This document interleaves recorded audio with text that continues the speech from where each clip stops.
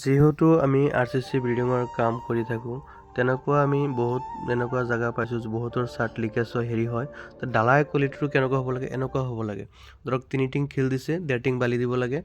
1 টিং চিমেণ্ট দিব লাগে তেনেকুৱা বহুতে 4 এক মাৰে 3 এক মাৰে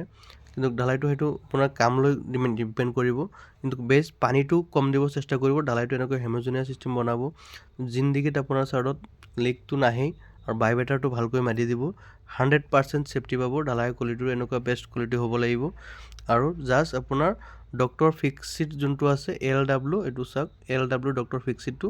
এটো আপোনাৰ এক বেগত 200 ml ব্যৱহাৰ কৰিব 100% আপোনাৰ চাৰ্ট লিকেজ নহয় যেনেকুৱা পানী হোক আমি এটো যোনটো ঢালাইটো এতিয়া আপোনাক ভিডিওটো দেখাই আছো ডক্টৰ ফিক্সিট ব্যৱহাৰ কৰি আছো এটো আমি ৰাস্তাৰ পৰা 7 ফুট তলত বনাই আছো জিবত আপোনাৰ এনি টাইম পানী থাকে কিন্তু হেতু 100% আমি কাম কৰি পানী সেফটি দিব পাৰিছো তেনেকুৱা সিস্টেম আপোনাৰ কাম কৰিলে একো ভেজাল নাথাকে 100% ভিতৰত 100% কাম পাব এটো